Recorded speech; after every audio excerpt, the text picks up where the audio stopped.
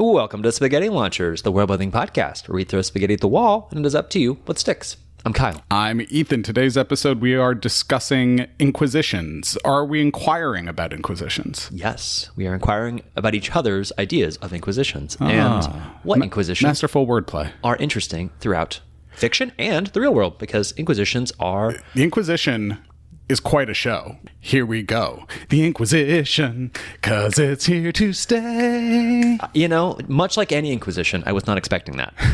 Nobody ever expects the Spanish Inquisition. No, they don't. That's probably, it's one of the few Inquisitions that actually, throughout history, that actually has Inquisition in the name. Yeah. I'm actually going to take a hard pivot from where I think a lot of people are going. The best Inquisitor in my mind is Hans Landa from Inglourious Bastards. Hans Landa. Oh, that's a good shout. He's so fucking That opening scene from Inglourious Bastards is the so good. best. The way that he pokes and prods and how much information he gathers without actually asking a question until maybe the 11th or 12th minute, or you know what I mean? Like, he doesn't ask the question. He gathers information, but he doesn't ask the direct question. Yeah, I definitely have goosebumps just reliving that scene, which, like, there are probably 1,000 YouTube videos dissecting why it's like the perfect opening to a movie. Yeah. And, you know, Which I think it is. yeah, they're all right, but also, you know, we're not going to get into that. But I think that is such a good point that, like, he's an inquisitor. Absolutely. And then, like, the Nazi regime is Inquisition. Inquisitors is a fancy name for detective. I think it's a detective with a different purpose. Like, they're not. It's a narrower focus. I think it's a broader focus, because like a detective is trying to solve a specific crime or specific incident. An inquisitor is looking into the broader elements of society. It's what has gone wrong with our religion? You are not following the religious tenets that you should. Oh, we don't like these people and we want to find them. You know, it is. I think it's broader, and it's interesting, and it has more power behind it, more authority behind it, because it usually has the state or some entity that can back them up, that you can kind of do whatever. Interesting. Yeah, but I mean, that's not crazy. I don't hate that. Well, it's technically it's like how big of a focus then does the Inquisition and Dragon's Age Inquisition have? Because that also is in the title, and I never got far enough in the game to really fully understand what the fuck was going on. There is no Inquisition. I think it's just it didn't seem like it. They're just like, there's the Inquisition, and then there's the Herald, and I'm like, but when does the investigating start? I think, when does it begin? I think what that game did a great job with the idea of Inquisition is nail the idea that a religious group, you know, the church, chantry, right? The chantry in that just says, well, we are beginning an Inquisition and basically creating a temporary position, much like a dictator in ancient Rome, like to say, we are proclaiming you dictator, you have all the power, you do the thing. And I think the Inquisition in that game is that we have an issue, the chantry will declare Inquisition, make you Inquisitor, and you gain a lot of power to go solve this problem. Yeah. And I think that is interesting, but it doesn't then lead into any... Doesn't have manifest in the game at all. Not really, no. It's just, you know, you are what you are. But... So I got bored with it. I'm like, well, I was promised Inquisition. Where inquiring minds want to know, where is this Inquisition, and how do I get to it? Like, on the other end, I think you also have the people who are being really inquisitive, but don't have like a singular goal in mind. Yeah. You need a goal. You need to be, you're rooting something out. You're trying to identify an enemy of a body. Or something to that effect. Yeah. Shout out to the first Law trilogy. They have, you know, like an Inquisition government department, essentially, which is like led by the Grand Inquisitor. Sure. And their HQ is called the House of Questions. And I think that's cool. I like that. And they're basically just torturers, and like they're conniving and they're scheming, and like they're really compelling within the world. But the idea of the House of Questions, and that their whole thing is scheming and extracting information and then blackmailing people and using that on behalf of the state. Right. In some way, but they all, you know, all the ulterior motives or whatever. Yeah. I think that's a great example of it. I know you have been reading Mistborn finally, and really enjoying the Steel Inquisitors. Steel Inquisitors are great. They are, They're half Inquisitor, half agents from the Matrix. And they have steel rods through their Shoved eyeballs. through their eyeballs. And that is insane. It's pretty cool. And I don't remember. How do they see? How do they know where to go? I'm not far enough in the book to know. We haven't revealed that. They might I'm not assuming allomancy, but They might I just don't be actually led know. by some divine-ish element. Who knows? I think it's. I'm gonna assume it's allomancy in some form or another. Yeah. I don't know. I just they're got through the intimidating. fight scene where one of them almost kills Vin, and it was just great. It felt like the first Matrix movie, where it's like if you see one of these things, just run. Yeah. You have no chance. Just run. Yeah. And that actually captured the terror that I think people are thinking about when you are facing down an Inquisitor or an Inquisition, just like Hans Landa, where the French farmer in the beginning is immediately scared shitless. That's the vibe that you really want to be going for. There has to be an element of terror in it. Yeah. Which is one of my chief frustrations with the Inquisitors that popped up in the Star Wars world after in the new Disney canon, that Darth Vader, he forms like the Inquisitors and to help root out and find the last Jedi that survived Order 66. And I just never liked that. I always wanted it more to be it's just Darth Vader hunting them down himself. Oh, yeah, And that sounds better. because he's the scary one. The Inquisitors never scared me, like Yeah. in any way, shape, or form. And also, from a Star Wars perspective, it just continues to muddle the mythology and make Order 66 so much less tragic than it actually it's like there's so many surviving Jedis. yeah. It's We're just a whole thing. Moving on from Star Wars, but your point that like You're not scared of the Inquisitors, and you need to be fucking scared of the Inquisitors. That's the point that I'm going yes, for. an Inquisitor should do beyond what you would see in just a traditional villain or bad guy of some kind, like that. The imposing figure who you are scared of is have a mental competence. Yeah. That they come at you with a sense of I know stuff. I know more than you do, probably. Or I know, I know enough to be on to you. It is this, it is a clever cat chasing you. The Hans Landa thinks, even if he doesn't know something in that moment, there's a sense that his Spidey sense. His Spidey sense is on. Yeah. And so you should be a little bit more scared than you're talking to any other scary individual. This guy Very will good point. read you like a book. Totally. And like that whole scene with the strudel or whatever, like that whole thing, there's an intimidation that he just somehow knows something. Right. And, At all times. yeah. So Inquisitors should have that sense. I agree. In whatever way it manifests. But anyway, agree I think wholeheartedly. we can probably move on Our to point is made. What did you bring to the table today? Founding Fathers. What's your description of your noodles? Invasion of the Body Snatchers. That sounds creepy. It is. You want to go first? Yep. So the setting for this is a human-led world that is very much tied to or exposed to a spirit world of some kind. You could also put this in a sci-fi universe and have this be aliens. It works both ways. Okay, that's important. The trope here is that there is a state or an empire that is run by humans. This is important. They suspect and have found evidence that spirits and or these aliens are walking around disguised as humans among them, and they are trying to root them out. They create this whole campaign of fear about them and get the people turned on them and try very much create a police state type of environment. But what's interesting, where it gets interesting for me, is the importance of the Inquisitor body. I haven't figured out a name for them. I love Grand Inquisitor. It has such vibes, but I also, it's been done to death, so I haven't quite figured it out. For the purpose of this podcast, you can just call Sure. it that, yeah. But the Inquisitors are humans that through science and or some type of magical ritual have taken on some of the abilities of either the aliens or the spirits that walk among them. So if you're a human, for example, you are basically taking a spirit that you have captured and bonding with it forcibly in such a way so that you can gain some of its power, so that you can identify other spirits and maybe pass for them. So that you become not just an inquisitor, but almost an agent of subterfuge, so that you can get in and investigate and pass and navigate amongst these bodies. It also works because within the spirit community would make them afraid of each other, because just because someone's a spirit necessarily does not mean that they are actually of your world. It means that they're just, spirit bound, right? They're maybe just a spirit bound human.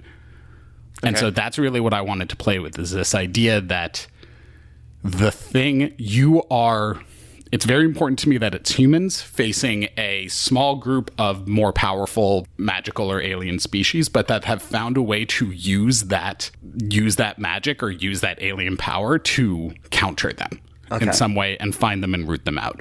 This whole idea was born from a conversation we had years ago when we said that warlocks would be the most dangerous class to exist in the real world, because they can shapeshift as much as they want. They can, infinitely, they can levitate. They can shoot magic lasers, right? Like they have, just through the pacts alone, without even getting into the rest of the class, they would absolutely destabilize a world. Yeah. And so this idea was based on that. I just flipped the power structure. Okay. So then, what are these body snatcher types want? What's these aliens doing? What are they? They just want to live. Okay, so they're not. So this is a pure you are the other, and we want to root you out. Not you're a threat. Correct. Oh, they are perceived as a threat, just because they're there and they're different. It's kind of X-Men-y. Very X-Men. Yeah, very X-Men. Definitely hidden. Yeah. What is the level of mistrust in this society? Like, are people suspicious? Are regular people suspicious that other regular people might be? Yes.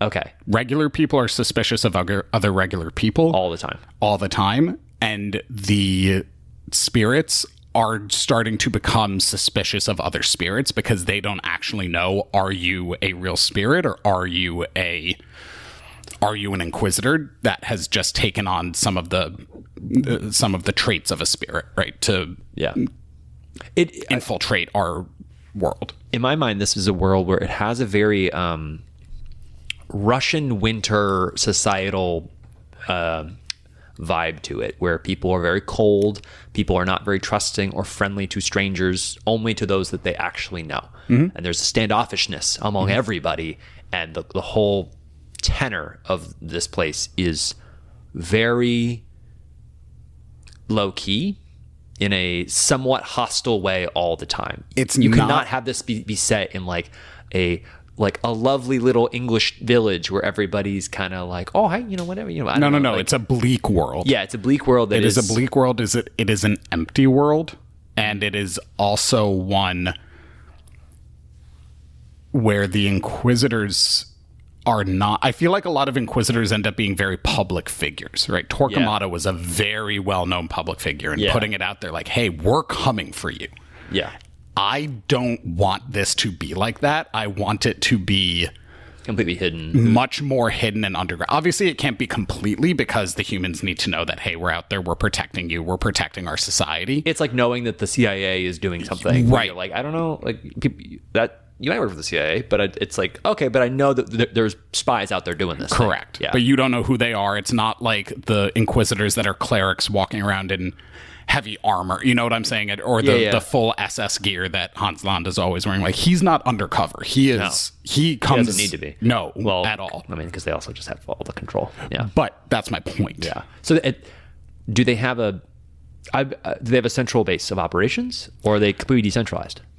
No, they have a central base. It's in the main capital headquarters, or somewhere nearby. So then, is there concern that these body snatcher types might infiltrate if they are centralized? Well, the point easy to spot. They are easy to spot for them, because they have all of these other spirits captured. So they have figured out how to use, how to bond to them, or how to mix their blood or something like that. They can tell who spirits are much more easily than the spirits can tell who isn't a spirit. Yeah. So if you tried to infiltrate, you would be quickly found out. Correct. And you'd be snuffed out. And I assume there's been cases where that's happened. And I even had the idea of they have found a way to basically capture spirit creatures, almost like a canary in a coal mine, and use them as a test. So basically, they've got creatures in a cage by every door that will start screaming if an actual spirit comes through because they recognize their own, right? They've found a way to do that. Are they They've weaponized their people against them, basically. Are they succeeding? Yes. How much? Like, how effective? How long has this been going on, and how long do you think it will last? Is this like a... I don't know. It's been going on for quite a while, enough that the spirits who are pretty much the protagonists are a little bit on the back foot. Okay. It's not like the Matrix where they're starting to gain a little bit of ground and they find this chosen one. Like, these people are very much on the back foot, and they're starting to get really desperate. Okay. Yeah, and then where do they hide? Which is then the catalyst for the event that starts off the story. Yeah, because I mean, where do you even hide at that point? In small... You got to be like, at that point you go remote. Pretty much. Because you cannot hide in plain sight in the capital, because unless you are fully underground all the time or something. Because they're everywhere. Because they're everywhere there, and because that's where they have more of the apparatus to detect. Correct. So if you go further away, but then the second, much like that farmhouse in France, the second that guy shows up, you're like, fuck, we're screwed. We're fucked. Yeah, we have no recourse. So you try to go to a different country? Yeah. You run? You run. Yeah. There's nothing else to do. This is a dark example. It is. Yeah. Give me a light example of an Inquisition. Good point. Yeah. I mean, you're right. It's more thinking about it, just the full Holocaust. Starting off with the Hans Landa thing, it's really set the mood of the Holocaust, which but it is. Yeah. This is not a lighthearted topic. No, please see taverns if you want a lighthearted topic. Like, this is not that, man. This ain't it. Although hags would be good inquisitors. Yeah, hags would be good inquisitors. Yeah. Hags would be good at hiding you from an inquisition too. They would. They're very good. They'd be good at both. I feel like you would have hags doing both because they're sort of just agents of chaos. Well, and then to that point, so say, in this world, like, you might have an evolution in the powers, the magic, like evolution is at play, and these spirits are in these body snatchers are going to start obfuscating themselves better, and they will eventually be able to hide again. That might happen. And then they think, and then this Inquisition thinks that they've rooted out everything because they can't find anybody else. Yeah, it's been a decade since they found anybody, but it's actually that they evolved further, and they were somehow able to say this Inquisition is using the spirits against them. Then these body snatcher types, they're able to go into the spirit realm themselves and then communicate with these other spirits to say, like, tell them we're gone. Mm-hmm. And, leverage their own kind in a way to get themselves free of this issue. And then maybe the Inquisition comes to an end. They dismantle the whole thing. And then over time, it's then again revealed that they have been here all along, and the Inquisition comes back, and you have kind of that like, oh, it's the Second Inquisition. What we thought had been resolved actually was not resolved. They evolved. That could be fun. Number one, I like the Second Inquisition as a phrase or a title of an event. I like that. Yeah, having multiple Inquisitions is good. I also like that setup of the powers that be trying to wind down the First Inquisition, and then having that very classic archetype of the paranoid human who's like, they're not gone. They're still out there. I'm telling you, man, they're still here. Right, and ends up being proven right. Yeah, because it's such a trope that you want that person to be like to not win out, but that they're right. They're not they're like a deuter antagonist. Deuteragonist? What? It's like a secondary antagonist. They're not the primary antagonist. Yeah, and they're not outwardly evil. Like, from their perspective, you understand what they're up to. But you're like, but I would like you to not. I don't want you to win. But you are correct. You are correct, and also you are typically a charming character of some sort. Yeah, or at least funny, endearing in some way. Yeah, endearing or just cool. Yeah. So I kind of am rooting for you a little bit. You've got a little bit of that magnificent bastard trope going on. You magnificent bastard. You magnificent bastard. But yeah, what about you? What you got? All right, so we're moving on to my idea. That's a very loud bird. Sorry. You're a very loud bird. It's not true. All right, so founding fathers. I'm going full religion on this one. So this is a theocratic state, probably. Yeah. Or at least a really strong church of some kind exists. Yep. And that church has a permanent inquisition in existence that rotates constantly. It changes all the time, but it is permanent. And I'm going to use like the title of Pope just as a like a shortcut for head of the religion, but please substitute your own version of that. I'm going to use Christianity, I think, is a lot of the baseline of this. Supreme Pontifex is also great. Oh, God, it is good. It's so good. Pontifex. We're just going to use Pontifex now. Pontifex Maximus or whatever. Yeah. I think that might be the full Latin title. Yeah, I think that was a title in ancient Rome. No.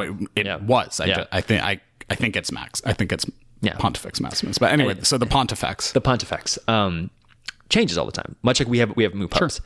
With every new Pontifex, they appoint a new inquisitor who will then serve as the inquisitor for the rest of that pontifex's time. So it's a lifelong appointment. Yes, but here's the thing: all the inquisitors are the immortal founding fathers of this church, who are either cryo-frozen or put under sleep. They are dead, and then this God gives them free passage in and out of the afterlife peacefully to go serve as inquisitors on behalf of their religion, because they are the founding members of it and they know it better than anybody else. Why would they not just be rotating pontifexes? Because they want the people of this world to have that control. I don't know. You hand wave it.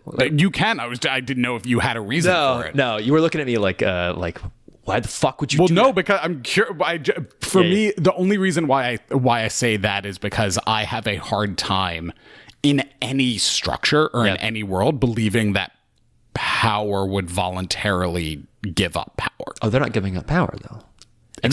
Explain more. And also, you're assuming they want power. That's not what they want. They want purity of this religion. They want this religion to be run well. So as inquisitors, because they've been around for a long time, so they also just want to have an easier time.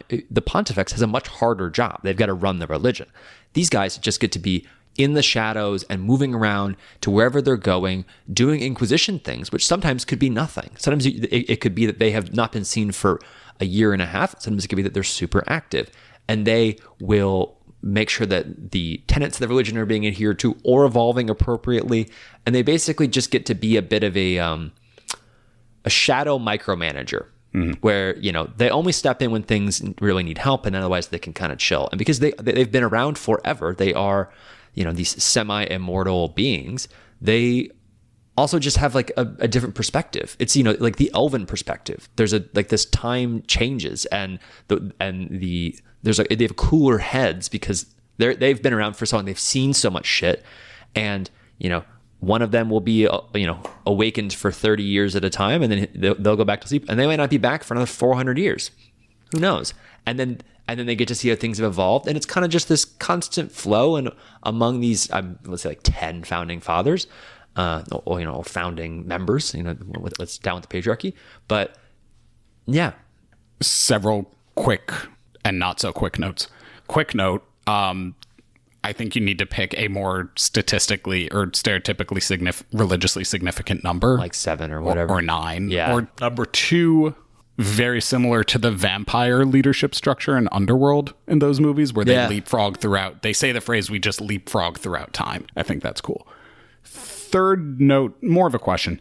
Do they report to the Pope, or are they really...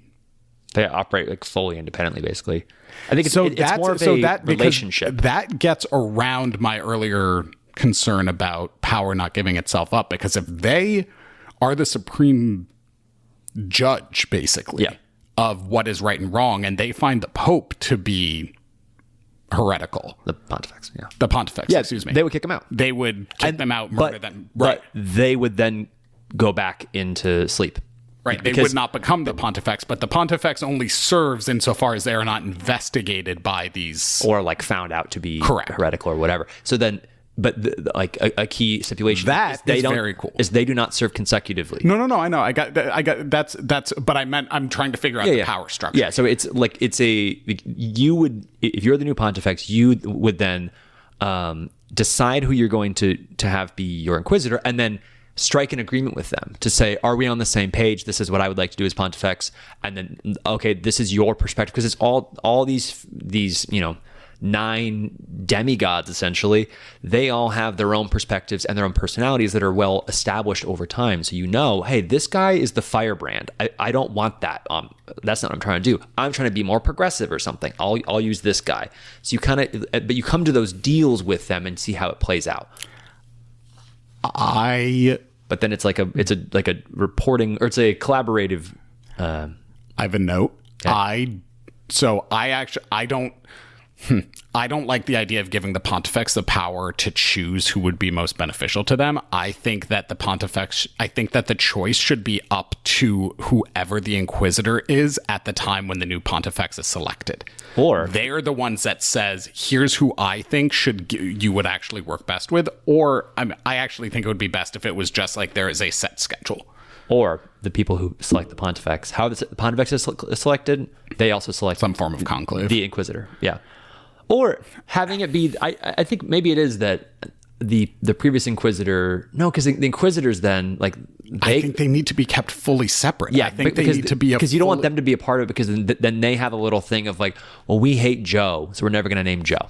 I don't imagine two guys forever. I don't imagine that happening. I think that's also easy to hand wave and just say that they are united as a body, separate from the hierarchy. And if there was a problem, the deity itself would intervene. Sure, or some supreme, right? Yeah, I would say, hey, I'm actually not letting this one go back. Right, like they're going to stay with me for a bit here in the afterlife, and they'll go when I say they're good to go. Right. You can figure out the mechanic of that, and I think in the purpose of a story, the mechanic of how they're selected is probably not going to become relevant. I think it could, because it could create this really interesting tension between the church as a structure and the founding fathers as a structure, much like we sort of see in the modern United States. We have these arguments over what do they mean? What did the founding fathers want? And different people are trying to claim based on what they've got. It's like here you could actually have that tension, which I think is really interesting. Yeah. And one is not subject to the other. And it'd be curious to see if there was an attempt to say, well, what if we end the Inquisition? Yeah. No more Inquisitors. Yeah. We're not awakening any of them. Yeah. And then striking a deal with the deity to say, like, will you let us not have this? Please don't awaken them. And we are not going to choose to awaken them. We're going to go ahead without them. Right. But maybe this all was instituted because of some colossal mistake that occurred, some disintegration of this church's reputation or its structures or whatever that led them to start having this Inquisition exist. I don't know. No, but like, there's tension available. I think that tension is important though, because I don't want the Inquisition to be a tool of the church if it is also supposed to be subject to it. I think you're assuming that the Inquisitor would be fully aligned and allied with the Pontifex, and I think in my mind it's more that they would come to some agreement, much like two mob bosses come to agreement to say, like, hey, I think we can work together well. I think there's synergy here, and then it will eventually start deteriorating and collapsing in different areas, but they still might have areas where they can rely on each other and can get things done. Because if it's pure conflict the whole time, then it just wouldn't even work, and they wouldn't have this institution. You need to have it where there is plenty of periods where the Inquisitor and the Pontifex are on the same page with the same mission, but having them be against each other at a time is also really good. So like finding that middle ground is important. And part of what I want for this is not to have the Inquisitor be all that obvious all the time. Like I said earlier, it's like they might just disappear for years at a time, and they're still alive and somewhere in the world, but no one knows exactly where they are. They might just be, the Inquisitor might just go be a regular clergy member in the most remote village in this country because they like it. And because it helps them see the grassroots of where is their religion at? How do people practice and this? See, are the tenets actually flowing down to the lowest level? And so they're more of just like, they're a constant auditor of their religion, who might then just go to the Pontifex and say, hey, people are losing their way in this way, that way. Maybe you should allocate resources to solve this. Rather than them themselves being like, I'm going to burn everybody at the stake for fucking up, I don't imagine that. I think just trying to keep, for me, the point is the independence from each other. Yeah. That's more my thing. That's why I like there's a schedule and you just sort of leapfrog throughout. Yeah, fair. But that is I actually like, and I like that it is the founding the founding fathers, the founding members, the founding clergy, the founding conclave of the church. I think that really was the fun. anchor point of what I wanted. It feels very Warhammery to me. Also, maybe, but also very underworldy is a good, very underworldy, but I'm getting also I think it could be really cool for a space church or it works where it wouldn't necessarily. It could just be we have these really long-lived aliens that are but also but you could also just do it in a space church where it's not aliens. Just we have biotech and these guys are cryofrozen with the greatest technology in the world, and then what if there's the great catastrophe where somebody like cuts off the power supply of that space station and all the founding fathers are lost. Well, and that's also what I was thinking is I was imagining a time where there would be basically a second conclave. Yeah. And that decides these founding fathers don't understand our modern reality. We need to wipe the slate clean and start over. Yeah. And I'm like, that would be a very interesting, and I think that works. Power struggle. That works really well, especially in a sci-fi version of this, is to have that. Well, these were just humans, right, who founded this order, this religion, or whatever. But before we even left Earth, rather than in a context where the gods are real and that God will be like, well, no, I'm the final say. Right. I smite you from upon high. And you could do it if you do. That's if you have like a high magic setting, and But it's there's a lot of meat there to play with, and I love dope. Cool. All right. End of ideas. Let's move on to our frozen lasagna. What's your 1 minute quick idea? Secondarily.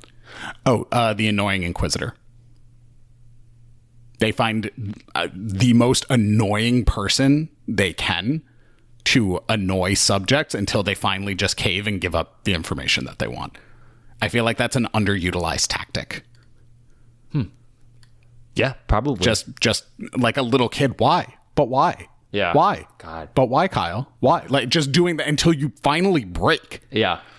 A friend of mine yesterday was talking about how like she's worried about her daughter just becoming like when she starts doing the why. She's like, I don't want to do it. It's gonna drive me crazy. I was like, well, no, that's how humans actually are. No, but it is. But it's. I just think that could be a lot of fun. That feels like an SNL skit. Yeah, like the annoying Inquisitor.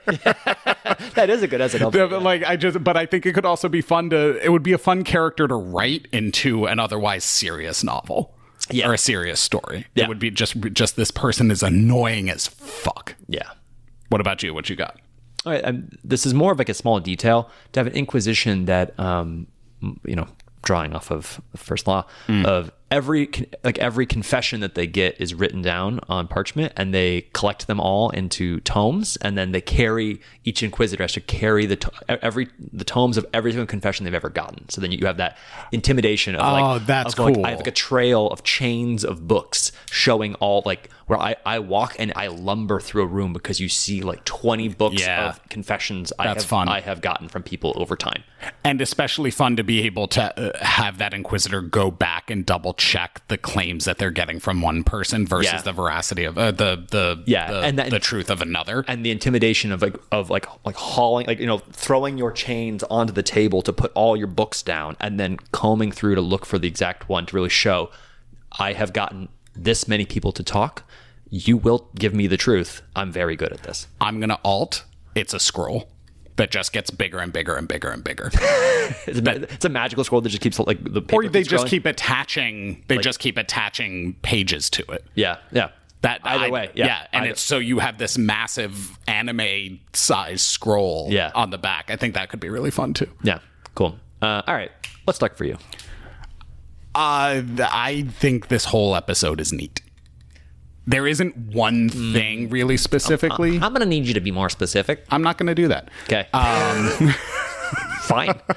Imagine that as an Inquisition of be more specific. No. Okay. I like the power. I like the power dynamics between, obviously because I could not get off of it, between the Pontifex and the Inquisitors in yours. Yeah. The importance of the Inquisitors being an independent body, I think, is really important, particularly because the nature of an Inquisition is to find out truth against what the body is. And then suddenly who comes down to it, if they decide that their truth is, or their perception of things is more important than what the standard power structure says, you will have a power imbalance inevitably, right? So I think that's why I like that independence. I think that's fun. I love the twistedness in mine of finding a way to turn the spirit animals into alarms to detect other spirit creatures as a way of Yeah. That was one of my more fucked up ideas. Yeah. You said that really, really with a blissful smile on your face. Yeah. It was. Yeah. It was. Yeah. But yeah, that's what stuck from me. What about you? I think the reframing of the idea of Inquisition overall really stuck for me, like the Hans Landa point. That really stuck for me because it shows that you can think about this from a different angle than I think most of us are. And so it's for the first time ever, the preamble to our ideas is what stuck for me. It's like that. It's the Darth Vader. It's the fear of an Inquisitor really stuck for me.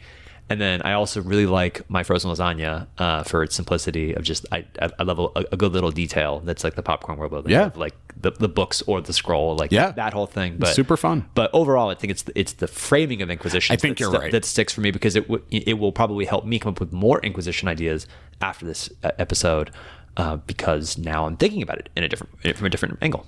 Especially when you think of Hans Landa, he doesn't come in and say, I'm a detective. He doesn't come in and say, I'm the Grand Inquisitor. He just introduces himself as Colonel Hans Landa of the SS. Yeah, and then asks for milk. Right, and so you might think this is a completely normal, not benign, but a completely non-inquisitorial person. Yeah. And then the conversation changes very quickly. Yeah, well, in the context of that world makes it very clear to all the characters involved. Right. Definitely not a safe guy to talk to. Right. But if you're new to that story or you don't know history, you'd be like, oh, well, this is a guy and this is a cop. Like there's a tension here. What's going on? But like we know the SS and we know what's going on and we know that there's like now we know there's Jews under the floorboard being like so there's all context that makes that so layered. But if you just started a story and they start with that scene and you swap out the SS thing and the title of Colonel, you could play it all over again in a different world. Yeah. Anyway. Well, that's what stuck for us. Let us know what stuck for you. Emails in the show notes. Thanks for listening. Goodbye. Goodbye.